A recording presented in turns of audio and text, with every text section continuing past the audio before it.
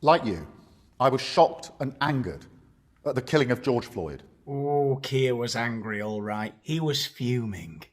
You maniac! Stop!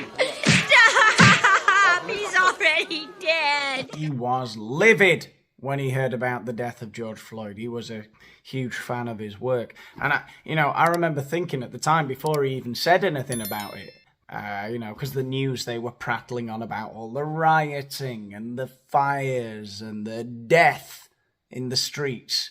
And I was just thinking to myself, oh, fuck, they ain't seen nothing yet. Wait until Sir Keir hears about this. There'll be hell to pay. Part of me thinks the only reason he's become Prime Minister is to avenge the death of George Floyd. And the response of President Trump and the US authorities to the peaceful protests, to people rightly demanding justice, has been an affront to humanity. An affront to humanity. It sure was, but beautiful sentiment there by Keir. Nelson Mandela himself couldn't have put it better. Because he's dead. No, but seriously, it was an affront to humanity. Who remembers the Summer of Love in 2020, when all of those nice people were trying, at least, to practice, to exercise their basic human rights of burning shit, burning the places in which they lived to the ground, to a crisp, and some of the authorities, as Sir Keir rightly says, had the effrontery to ask them to please stop for a bit. But there were some good places like Seattle, where they had that Chaz zone thing, which I think is still got. It's all worked out pretty well, hasn't it? I think the Chaz zone. And in the UK, we kind of, we had a bit of a compromise. We won't get too fiery. We'll just, throw a few statues in some rivers, which is a bit naughty, but, basically what I'm getting at in today's video is, where has the enthusiasm of the Summer of Love of 2020, when all of these politicians were egging on the anarchy, where is the enthusiasm for the 2024 riots? Suddenly it's a bit of a faux pas to set fire to stuff, is it? Who's Daniel Boland?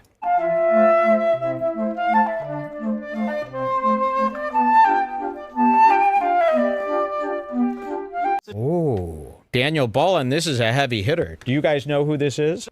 The last week has shone a spotlight on the racism, discrimination, Drug abuse, and injustice experienced by those from black and minority ethnic communities in the US, in the UK, and across the world. Across the world. Throughout the solar system, in the deepest, darkest corners of the Milky Way, racism abounds. That would be terrible, actually, wouldn't it? If fingers crossed, Elon, we do become an interplanetary species and discover intelligent life somewhere, and they too are just really bloody racist. It wouldn't be funny, though. Martin Luther King said, "Injustice anywhere is a threat to justice everywhere." Yeah, where did he say that? At one of his communist orgies? I'm kidding. That's why today I've written to the Prime Minister asking for his assurance that the British government is doing all that it can to urge President Trump to respect human rights and the fundamental democratic right to peaceful protest. And this week, Labour has called on the UK government to ensure that our exports are not being used in the suppression of democratic rights in the US. What a crazy thing to say. What are you going to do? Go around and make sure that the fuel injectors on the cop cars aren't British made? And if they are, you better stop fighting those protesters with them. Make sure they haven't had any Cadbury's candy bars before going out on the job to fight those fine people. But we must also reflect on the injustices in our own country. Oh, God, yeah. Do you remember all that reflecting we did back in 2020 in the summer of love? All the reflecting. I was a bit worried about reflecting at first, to be honest. It's kind of like looking in your rear view mirror after you've hit something, you know, a bump in the road, and you think, fuck, was it a person, a pheasant? I don't know what it was. But bloody big pheasant, if it was. And I don't know, I've got to say, it was a weight off my mind. Phew, I said, after reflecting on all the injustices, it wasn't as bad as I thought it might be. It's all right, you know. There's an acceptable amount of injustice, you know, like the acceptable amount of anything. There's an acceptable amount of rodent droppings in breakfast cereal. So We must address the reality and the impact of anti-black racism, which has been highlighted by the Black Lives Matter movement. Yep, I remember doing that too. And again, phew, am I right? It was, you know, could have been a lot worse. Now, more than ever, it's incumbent upon us all to ensure that this is a turning point. We must face up to and understand and address the systemic racial discrimination that exists in our own communities. The Labour Party stands with black communities in our country and across the world because Black Lives Matter. Wakanda forever.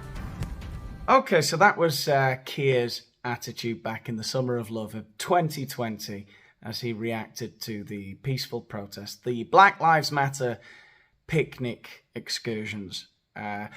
Well, what has changed? Because fast forward to 2024 and he's a whole new guy. They're calling him Tier Keir.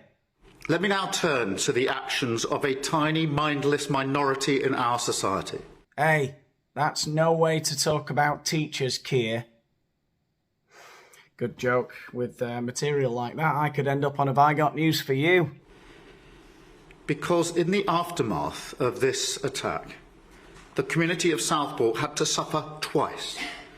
A gang of thugs got on trains and buses, went to a community that is not their own, a community grieving the most horrific tragedy, and then proceeded to throw bricks at police officers